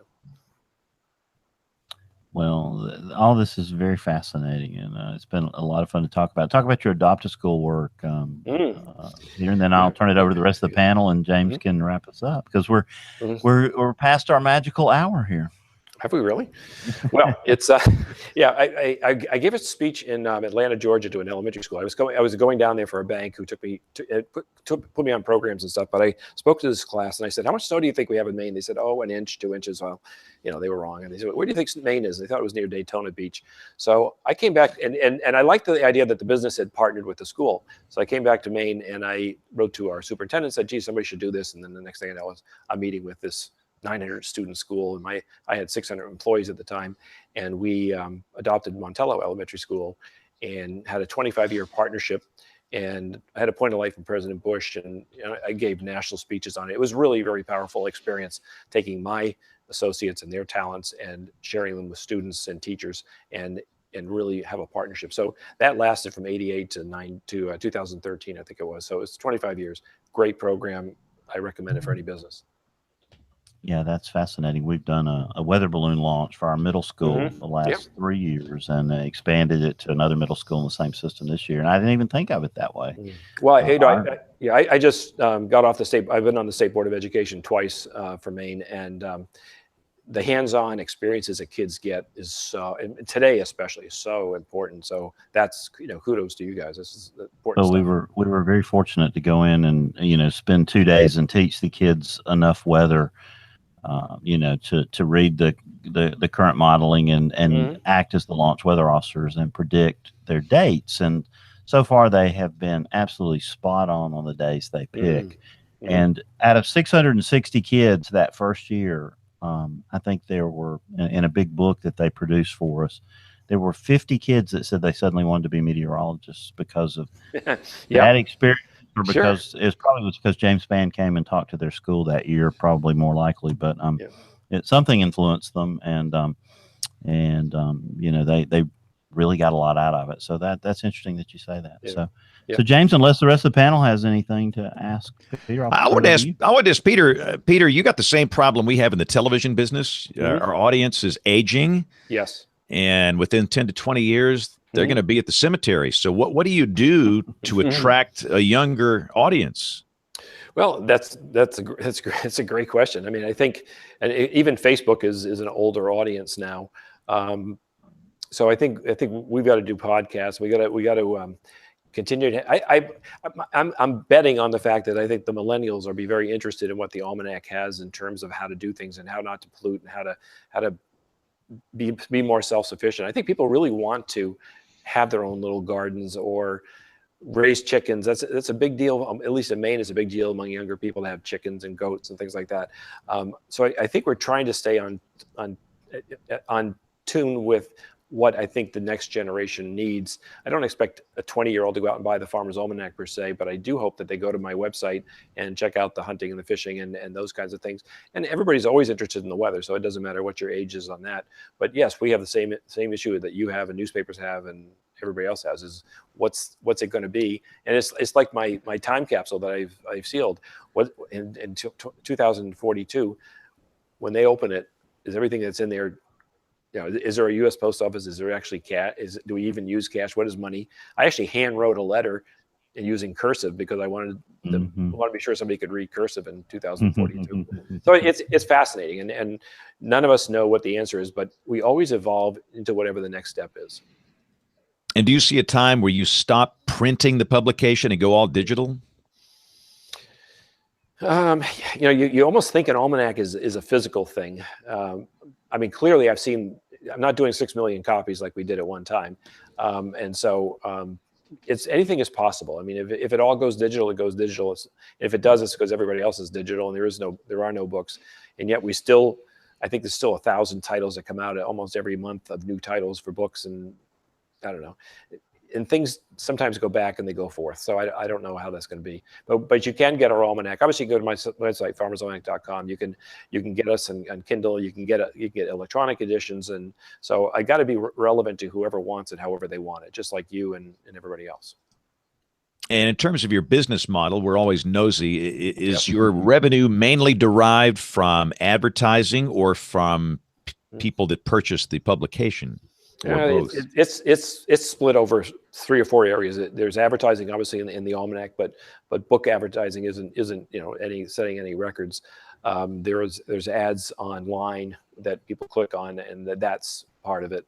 And then there are businesses who buy the Farmer's Almanac and give it away just as you would a calendar. So in that case, I'm selling a complete book to a business with their imprint on it, and people can find out what that's about on my website as well. So it's like everybody else. You try to make money where you can make money, and you try to give people value where they can get the value. And everything online should be free, but it can't necessarily be because there's costs of putting it up there. We understand. So plug away. Here's your chance. Plug websites, Twitter accounts, Space Bag, whatever you want to plug here. Well, go. I think the big thing is farmersalmanac.com is my website. You can sign up to be a member, which gives you a little bit deeper access. You can get 4 months of weather instead of just the 2 months that are on there if you're a member, but it doesn't cost you anything. Then you can sign up for a newsletter on the website, and you get a free newsletter every Wednesday. And we are on Pinterest, we're on Twitter, Facebook, just about everywhere. So I encourage people to go to the website.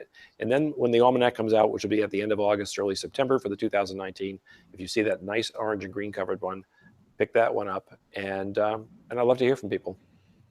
Awesome. Well, Peter, thanks a lot. You've been on the show for an hour and 15 minutes. You gave us 15 bonus minutes. So thanks a lot. We know you're busy. So thank you, sir. We appreciate it. Well, hopefully we can talk again when 2019 comes out. We'll talk about the winter. Thanks, Peter. Sounds great. Thanks a lot. Right. Bye-bye. Yeah. All right. We are going to take a quick break here and tell you what, it looks like Aubrey has vanished. Where'd she go? Who made her mad? Bill? She left a long time ago. We bored her to death. Yeah, I saw. It was like her phone. She was like, fighting the phone. Right, it flipped into her eyes, and then she was just gone. So she's unconscious on the floor. And there's your show title. Yeah. Somebody call 911. So so what we're going to have to do here is take a quick break for Tony Rice. And Bill, I've got to do some television here. So After Tony, I will start, and then I'll let you pick it up. So let's take a break here for Tony. By the way, we should mention Brian is stealing Wi-Fi. Where is he? In Mexico or Jamaica? In the middle of the Gulf of Mexico or somewhere. Aruba, somewhere. But anyway, he'll be back next week. Let's take a break for the astronomy report. We'll come back with the weather roundup, picks of the week, and much more as WeatherBrains rolls along. Looking beyond the atmosphere, here's Tony Rice with your astronomy outlook. Right now, the Mars Exploration Rover Opportunity is hunkered down in low power mode. When you get your power from solar panels, atmospheric opacity is a pretty big deal, and it's not very good right now. A 7 million square mile dust storm is passing over the rover. That's about the size of North America. The team running the rover from NASA's Jet Propulsion Laboratory in Pasadena, California, are confident, though, that this golf cart-sized rover will make it through just fine. She's been through dust storms before. OPI weathered a much larger storm back in 2007 with an atmospheric opacity, or tau, of 5.5. That equates to less than 1% of sunlight making it to the ground. Rover operations were suspended for about 2 weeks then. This storm, though, is estimated at a tau of 10.8 as of Sunday morning. It's an exponential scale, too, so the rover's basically in the dark. On Sunday, though, engineers received signals from the rover in the middle of that storm. It's a good sign that the battery levels remain good. The latest temperature report was a balmy -20 Fahrenheit, or -29 Celsius. One of the nice things about dust storms is they tend to absorb some heat, raising the ambient temperature around the rover, even at night, reducing the need to run heaters to keep the rover alive. These storms can also clean a bit of the accumulated dust off the solar panels, leading to increased power production on the other side. Here's hoping. Today is Opportunity's 5,111th Martian day, or SOL, of its 90 SOL primary mission. That's not unlike getting more than 500 years out of the family car. That's your astronomy outlook. Follow me at RTP Hokie for more spacey stuff like this. When the weather ball is red, warmer weather is ahead. When the weather ball is white, colder weather is in sight. When the weather ball is green, no change in the weather is foreseen. When colors blink by night or day, precipitation's on the way. We are doing this show on June 11th, 2018. So, Kim, what's happening in Oklahoma when the wind comes whistling down the plain? Well, right now, it's just really balmy. It's been very, very hot and humid, and that's been the story for a couple days here. But we're hoping that at least I'm hoping, we might get some nocturnal convection from some stuff later on tonight, and I would be a really welcome addition to the hot, humid mugginess, at least to get some storms out of the whole thing. How about there in Alabama? Well, it's kind of hot and muggy and random air mass storms. It's just June. I mean, we're stuck in this pattern through August. So, I mean, it is what it is. But Kevin, I was going to say, and I was going to mention the tropics, but we have this disturbance in the Caribbean that could blow some moisture up your way, Kevin, if things hold together. Maybe. And you're muted, so we cannot hear a word you're saying. I shouldn't be. There you go. Hello? Yeah. There you go. You're good now. Sometimes we will benefit from some Pacific moisture, certainly some cloud cover if Bud comes far enough up the Baja Peninsula. And yeah, we'll see about far South Texas in the tropical thing there. Mostly it's just been really frustrating. The models have been, and Kim can back me up, the models have been very unhelpful because we're just kind of in this dirty ridge pattern. Yeah. And you see little things wandering through this dirty ridge, but they never seem to verify. Something else comes along that's not, is not predicted by the model. So it's actually been a very frustrating couple of weeks. Yeah, gosh, we had one day last week. I don't know if you saw this, Kevin. You were sort of on the fringes of where this affected the temperatures. But we had a high of like 95 one day. It was supposed to just be this normal summer crappy day. And we had some nocturnal convection that hung around, and it was just cloudy. And we had some flash flooding in the Oklahoma City metro area from these complexes of storms that set up. Right. And it didn't break like 70 degrees in parts of the area. There's this massive cold pool expanded over the middle of the state. It busted the temperature forecast by 20 to 25 degrees. It was amazing. And this, nothing forecasted that. Nothing. Yeah. Very And humbling. we had an outflow boundary come through from that, and our DMA at one point, I think from northeast to southwest, there was probably a 20 to somewhere between 20 and 30 degree spread on the temperatures because the boundary didn't make it all the way through. Oh, and I forgot though, we had a great wake low event last week. Ooh. We had one of these little MCSs come down, and the line it started up around Childress and expanded and turned into a pretty good line, came through, and we had just a tremendous wake low, peak gust to 55 at Shepherd Air Force Base, but sustained 35 to 45 for several hours behind the little meso high, and then that wake low came in trying to fill in, and it did quite a bit of damage around the market. Wow. Ooh. Yeah, Wow. it was fun to watch. Awesome. All right, Bill, what's that? And Bill, as you describe what's happening in Birmingham, Alabama, I'm going to turn the show over to you because I've got to go do some television. Well, we've just been lucky to have a few scattered thunderstorms in different places, dumping heavy rains each day. We've gotten 2 inches here at my house in the past week, which is about what we need in the summer. So I'm grateful for that. But, it was amazing because I had a new roof put on last week, and there was this perfect window, from Monday to Friday where there was absolutely no rain. And for the first couple of days, the dew points were in the 50s and temperatures were, almost comfortable, at least in the morning hours. And it was like on cue when they finished the job on Friday. The showers started invading Alabama at that point. So it was very propitious. I just count my lucky stars on my roof this week. Elle pointed out something. My wife pointed out.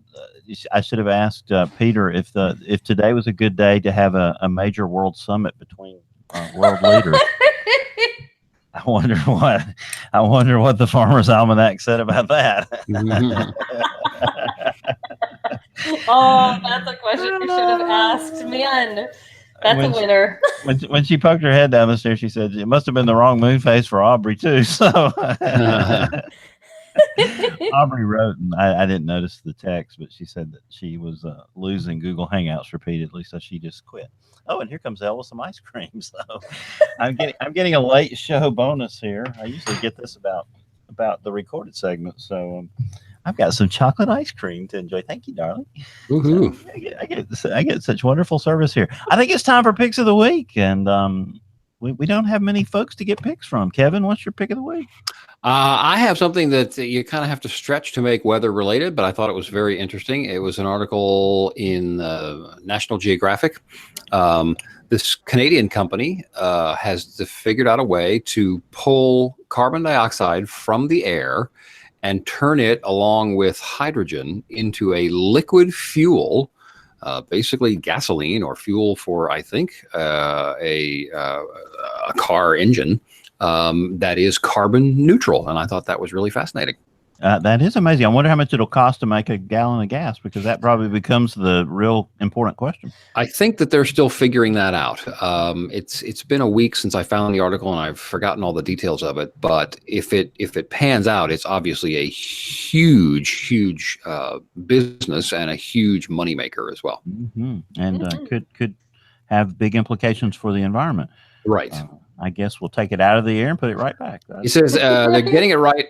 Getting it right also meant keeping the costs below $100 for each ton of CO2 removed from the atmosphere. So they're trying to do their math problems, and they have some sort of goal in mind, and then they're working on it.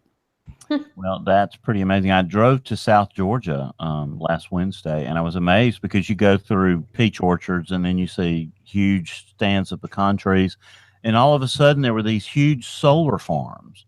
Oh, amazing. Wow. Acre after acre of solar panels, and Cool. that really surprised me that they were there. People are trying. Keep going. Mhm. Yeah, you never know. Well, thank you, Kevin. Kim, what's your pick of the week? My pick of the week is an article about some research that's been recently completed by Dr. Paul. Sorry, not Paul. This is James Cosin, and that's a familiar name to many. Studies hydrometeorology issues, and so he has published in Nature of finding that hurricanes are slowing down. And that is partly responsible for the increase in flooding risk that we're seeing from hurricanes. They're making landfall and then just kind of hanging out. And that will increase especially the inland flood problems that we're starting to see. Well, that data was based off I think the HurTrack data or whatever that Chris Lancy and all the folks do at the Hurricane Center. So there's got to be some, scientific validity to that, to that argument. I wonder what would be causing it. Yeah, it's interesting. I'm going back into the article to see if it delves into many of the specifics. It does note, the most significant slowdown. They found slowdowns in a bunch of different regions. So they went to different basins. Most significant slowdown, 20%, occurred in the Western North Pacific, an area that includes Southeast Asia, where they're very flood risk prone, and they've had some very devastating impacts from these kinds of systems. So it varies regionally, but if you want to delve into the article and read up some more, maybe about the mechanics of how that's working, definitely an interesting take, right, on the issue that you don't often see. You hear people talk about the increased, so-called carrying capacity of moisture in the atmosphere with climate change, but talking about the systems themselves just slowing down and parking is a very different slice that I hadn't thought about before. Yeah. Interesting article. I think they would make a fascinating guest. I think you should reach out to them. Oh, yeah, that'd be a great idea. And we'll book them. That would be a fun one. Well, my pick of the week outside of this chocolate ice cream is going to be the foghorn, but we've got some great guests coming up in the next few weeks. Thursday night, we'll do a special show. Dr. Phil Klotzbach is supposed to join us. That show will go into the Wild Monday while James is on vacation. Kim has the show on the 25th. That's going to be really fun. Tell us about that again, Kim. Yeah, so I previewed it a little bit last week, tell you guys a little bit more this time around. So it's going to be predominantly about this program that they ran at Disney in Florida that's about public safety messaging. And they had this very interactive exhibit, I think at Epcot Center, and they had hundreds of thousands of people exposed to this thing over the course of 8 years. There was a study actually done at Carnegie Mellon to evaluate the successfulness of the program. Did it create messages that lingered with people and make them change their behavior? And the answer was yes. I mean, this guy, these two gentlemen that we're going to have on the show have accomplished something that arguably, our field struggles to do. And they did it using this really neat platform that they had. And I'm just really grateful that they did it. And I'm very excited to hear from them to talk about how they got there and all the things that they did. They engaged a lot of the field of meteorology, some of the big names to make it happen. So it's a really neat story. That's exciting. And we're looking for a guest for July the 3rd. So that is yet to be filled out. We've got some feelers out there, and we're going to have Joe DeLeo, one of the pioneers of the Weather Channel, on Monday the 9th. So that's going to be a lot of fun. If you're in the St. Louis area or anywhere in the Midwest and you're interested in weather and its impacts, the free tickets are now available for my Weather Ready Fest. We distribute timed tickets just for crowd control at the St. Louis Science Center on Saturday, August 25th, 9:30 to 5:30. The National Weather Association Foundation Weather Ready Fest is now in full gear, and it's going to be an absolutely huge day that Saturday at the Science Center. So please come. If you or any member of your family are interested in weather or disaster mitigation and preparedness, it's going to be a huge event, and you can go to the website weatherreadyfest.com and secure those free tickets there. So we're very excited about that, and very sorry, Kim, that you won't be there. I am too, but you know what? Sometimes life just piles all the things on at once. It'll be a good time for you guys, I'm sure, and I'm excited to hear about it. I'm gonna have to interrupt because TV beckons. So thank you guys. Thank you, Kevin. Take care. Always good to see you, Kim. Always good to spend time with you. Anything, Kim, to bring before the august body of WeatherBrains audience here before we go? I just want to say that I'm very proud of you for the great way that I think you presented today's guest, and bringing out the story of the almanac and all of the different parts of what that includes. It was always going to be a really interesting guest, and I thought that you did it exceptionally well. You always do an exceptional job with the guests, but this was just really interesting, to hear his perspective and what the product really is. Well, I thought he was very fascinating. After the test, it was obvious that he was going to be a really good guest, and I have to give Elle credit because she did a lot of the pre-work for me today over the weekend, and really her notes were fascinating, and her questions were really good. I'm about up to here in accounting at the office, doing a bunch of accounting changes. That's literally all I've done for the past week, and so she was very sweet to. Communicate a lot of notes there for me. It really is a fascinating story. I remember growing up, and my grandparents who lived in rural Alabama had every almanac and calendar under the sun. And because I was so fascinated with weather, the forecasts were really fascinating to me. Yeah. And I think it really, if nothing else, made me anticipate weather that would be coming, even though this forecast was not very specifically accurate, or was just sort of climatology. Like if you look at our forecast for here in Alabama for this week, I think it says warm with scattered thunderstorms. Well, that works just about. Exactly. Any second week of June, you're looking for the seams, in the forecast. Let's see, let's go to June. And I think the obvious seam is this hurricane that he's predicting, on the Texas Gulf Coast, the 20th through 23rd of August. That'll be the interesting one. If he's going to claim a victory this year, that's probably where that's gonna come. So we'll see. Yeah. So, Kim, good to see you. You too. And anyway, WeatherBrains is the weekly netcast. It's all about weather. We do it on Monday nights generally. As soon as I say that, we're going to do a special show on Thursday this week when Dr. Phil Klotzbach joins us. We'll be talking hurricanes again. That'll be a lot of fun. And that show will go into the Wild Monday. And then we'll be back on regular schedule until the end of July when James goes on vacation again. So it will be really interesting to see if we can get it through a week here in Alabama without a major weather event with James out of town, because typically when he goes out of town, it's either a snowstorm or a hurricane or a major tornado outbreak. So hopefully we'll have calm and placid weather for his trip to Colorado. But until Thursday night when we get together with Dr. Phil Klotzbach, I'm Bill Murray for the whole WeatherBrains game. Hope you have a great week. And we're clear. All right. Thank you. Thank you, Bill. Have a wonderful evening. We'll see you Thursday. Too. Yell at me. All right. Bye. Bye.